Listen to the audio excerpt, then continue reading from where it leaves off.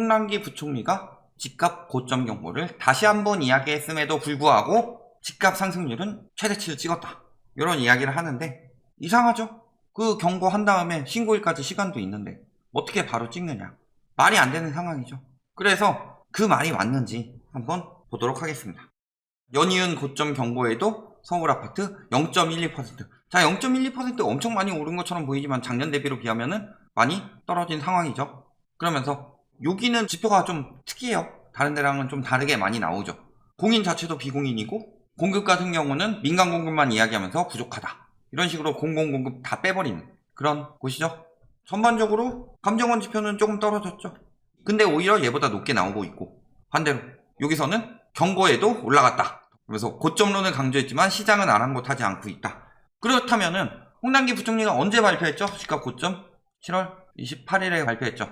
그런데 30일 매매 가격이 나왔어요. 감정원이건 국민은행이건 부동산 114건 다 때려치고 실거래가 봅시다. 실거래가 해서 신고도 안 된 거래를 가지고 추정해서 한다는 건 말도 안 되죠. 뜬소문에 당할 수 있으니까 신고된 실거래가만 보자. 7월 28일부터. 그래서 보통 이 자료는 30일 나왔지만 뭐라고 해요? 실제 금요일 이전에 조사해서 금요일날 발표하죠. 언제 하는지도 말도 안 해요. 다른 데 같은 경우는 어떻게 해요? 월요일까지니까 발표 전이죠. 그럼에도 불구하고 고점 경고에도 올랐다 라는 게 일단은 자료 수집 기간이 말이 안 되는 상황이다. 28일부터 다 뽑아봤어요. 서울 아파트 매매 거래량이 28일날 13건, 29일날 17건, 30일날 15건. 저 기사 나왔을 때가 7월 30일이니까 나중에 더 늘어날 수 있어요. 신고된 거래를 기준으로 하는 거니까. 그랬을 때 지금 신고된 45건 중에서 신고가가 9건, 하락가가 14건이 나왔다. 고점 경고 이후 영향을 받고 있는 거죠. 그런데 언론에서 계속 저렇게 이야기하면 어떻게 돼요? 고점 경고에도 계속 오르네. 사람들 계속 사는구나. 심리 안 꺾었구나. 그러면서 사겠죠. 매번 저런 식이었다. 이번에 아예 이렇게 자료 뽑아오기 전까지는. 언론이 무슨 영향이 있냐. 정부 정책 문제지 뭐 이런 식으로 하고 있는데 사실 일산은 그들이 말하는 조건 다 갖추고 있죠. GTX 들어오고 서울 거리도 가깝고 교통도 가깝고 정주 여건 좋고 그럼에도 불구하고 차라리 김포가 오르고 인천이 올랐는데 일산은 안 오른다. 작년에. 왜? 김현미 장관 지역구니까 언론이 창릉 가지고 일산만 때리면 이상하니까 파주까지 같이 때려버린 거죠.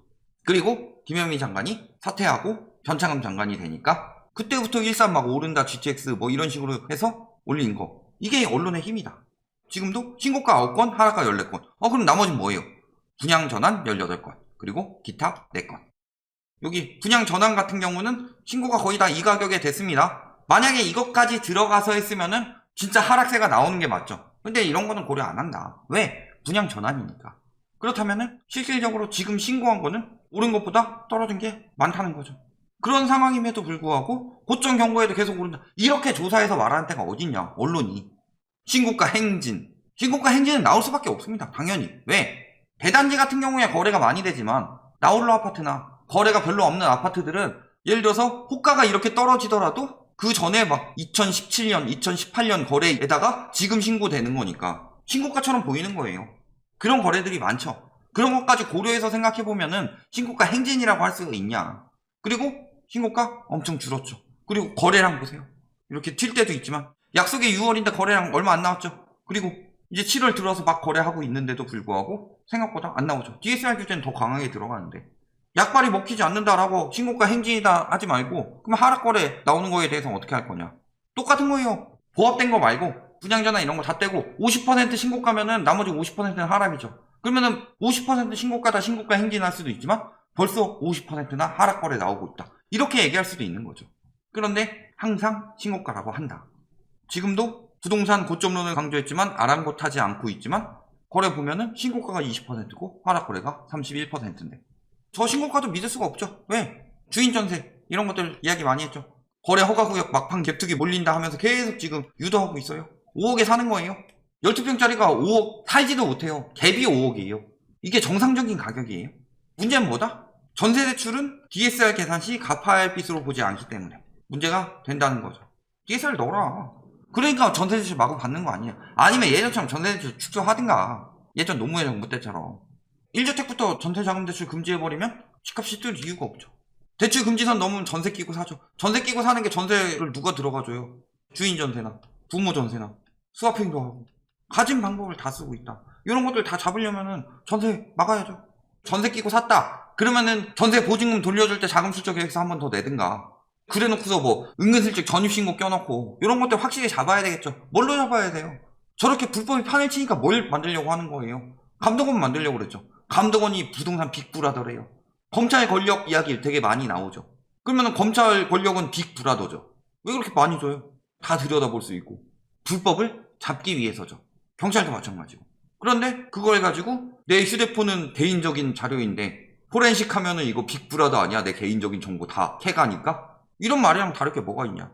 불법 하는 게 워낙 퍼졌는데 일단은 드러나고 있잖아요. 그러면은 불법이 만연하다는 게 나왔는데 그걸 잡는 걸 왜 빅브라더니 뭐니 하면서 막느냐? 막는 이유 뭐예요? 저런 게 판을 치니까. 거래 줄었는데 2030 매수 행렬 여전이래요. 자, 거래 줄었는데 거래 줄었으면 거래 건수로 이야기를 해야 되죠. 근데 거래 건수를 어떻게 해요? 20대 이하가 233건, 30대가 1491건. 그럼 거래 건수가 늘었는지 안 늘었는지 안 보여준다. 비중만 이야기하고. 거기다가 2030 거래 건수가 왜 늘어나요? 지금 다 명의분산한 거지. 세대 분리하고 그래서. 근데 이거를 뭐 매수 행렬이라고 하고 있어요. 작년에도 못 사고 재작년에도 못 사고. 근데 대출 더 규제 당하고 DSR 고소득만 받을 수 있죠. 고소득자에다가 돈도 모아놔서 살 만큼 모아놨는데 20년에도 안 사고 19년에도 안 산 사람들이 지금 와서 산다? 뭐 이거 다 부모 전세.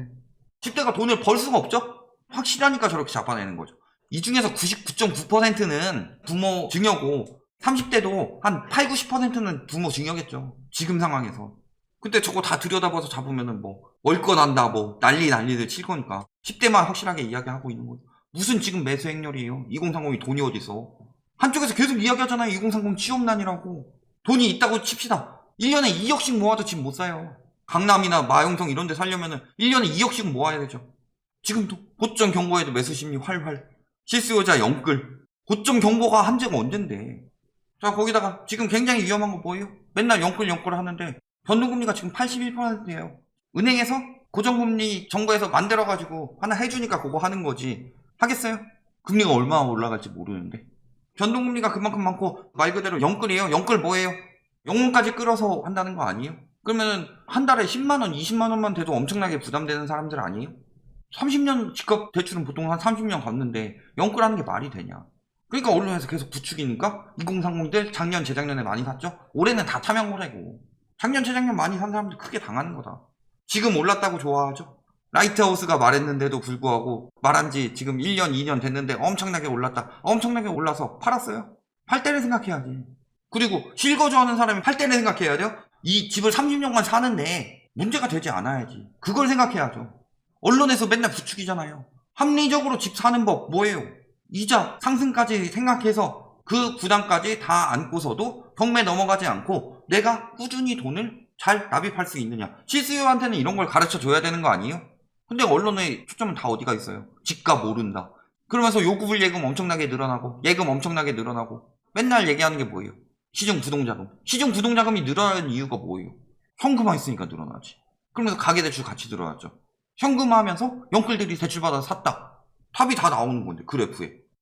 빚값 내라 출산 포기 식비도 줄여. 금리 오를까봐 피가 마른다. 금리가 근데 0.5%까지 떨어진 게 이게 정상금리라고 생각한 것 자체가 문제지. 그래서 여러분 계속 경고한 거예요. 재작년에 미중 무역전쟁이랑 한일 수출규제 때문에 떨어진 거 그때도 경고했어요. 분명히 이런 것 때문에 떨어졌다. 작년 코로나 때문에 떨어진 거 한 10년, 20년, 30년 동안 계속 그 금리가 될 수가 있어요? 상식적으로? 이런 경고를 언론들이 왜 안 해주냐. 지금 금리는 코로나 때문에 떨어졌으니까 영끌에서 집 사면 매우 위험하다. 이런 이야기 왜 안 하냐. 회원국 집값 상승률 어때요? 지금 이러고 있었죠. 우리나라는 미친듯이 오른 거예요. 그러다가 작년에 이렇게 된 거고. 근데 이게 오래 갈 수가 있어요? 미국에서 지금 하우스푸어들 속출하고 있는데. 결론, 고점 경고에도 계속 올라. 고점 경고 시점이 여기 있으면 그 이전 자료를 가지고 이때 발표하니까 고점 경고에도 오른다. 이딴 이야기를 하고 있는 거다. 모르면은 언론이 신뢰할 가치가 없죠. 알면은 더더욱 신뢰할 가치가 없죠. 알면서도 속이는 거니까. 언론의 보도는 정확해야 된다.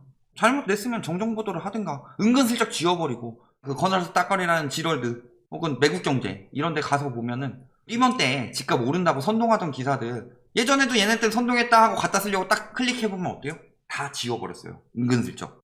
이번에 저기 배를 잘 만드는 그 언론 정치적으로 뭐 하나 크게 사파 잘못 써가지고 이슈 되니까 그런 거나 사과하지, 나머지는 은근슬쩍 지워버리고 사라진다. 왜? 책임감이 없으니까. 보도를 하는데 언론이라면은 사람들에게 알 권리를 제공해주고 풀어주는 역할을 해야 되는데 그만큼의 책임감이 없으니까 그렇게 행동한다. 지금도 생각해보세요. 고점 경고 이후 하락거래 더 많이 나왔음에도 불구하고 왜 상승폭은 더 커진다고 하고 그럴까요? 심리 조장하고 하기 위해서 가진 애를 쓰고 있다. 여기까지 말씀드리겠습니다.